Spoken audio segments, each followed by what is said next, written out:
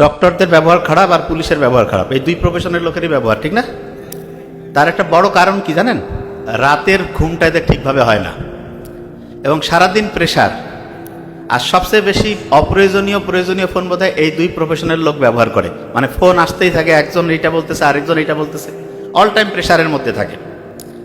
এই যে প্রেশারের মধ্যে যে থাকে, এই প্রেশারটা তো হয় উপর থেকে ফোন আসতেছে, নাইলে পলিটিক্যাল পার্টির ফোন আসতেছে, ওইখানে তো কিছু বলতে পারে না, কমন পিপলের উপরে ঝাড়া হয়।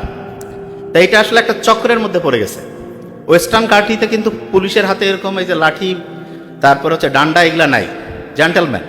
আমি আসতেছিলাম, আসার সময় একজন ভাইয়ের সাথে কথা হলো, উনি পর্তুগালে থাকে। বলতেছে যে স্যার, বাংলাদেশে অনেক কিছু করতে পারি কিন্তু করতে মন চায় না, থাকতেও মন চায় না। কেন? যে কোনো জায়গায় গেলে টাকা দেওয়া লাগে, ভেজাল করতে হয়। আমি বললাম যে পর্তুগালের কি অবস্থা? বলছে ওইখানে প্রত্যেকটা লোক আইন মানে, কেউ যদি সামান্য আইনের কম বেশি করে এমনভাবে ধরবে যে দেখা যাবে যে একটু অনিয়ম করবে সে আর ওর শাস্তি দেখে বাকি সবাই ওই অনিয়ম থেকে দূরে চলে যাবে। তা আমাদের যারা এই ডক্টর এবং পুলিশ, এই দুই প্রফেশনের লোকদের এই রাত জাগার যে ব্যাপারটা, এটা খুবই কমানো উচিত। এবং রাতে দেখা যায় একজন দুইজন ডিউটি করে। আমার তো অনেক ফ্রেন্ড যখন বিসিএস দিয়ে এএসপি হিসাবে ঢুকছিল, আমি তাদের লাইফস্টাইলটা তো জানি। ওদের বেশিরভাগ জনকেই প্রতি সপ্তাহে একদিন, কারো আবার 2 দিন, এটা ডিপার্টমেন্ট ওয়াইজ ভেরি করে, দেখা যায় যে রাতে হচ্ছে যে ডিউটি থাকে, গাড়িতে থাকে। কিন্তু এই যে রাত জাগা, আমি বললাম যে তোমাদের স্যারেরা, বলছে আমাদের স্যারেরাও তো দেখা যায় 2টা-3টার সময় হচ্ছে ফোন ধরে। আমি বললাম তাহলে গোটাল পুলিশ সেকশনে যারা আছে এগুলোর ব্রেইনের মধ্যে বড় রকমের প্রবলেম আছে, গ্যারান্টেড, লিখে নিতে পারেন।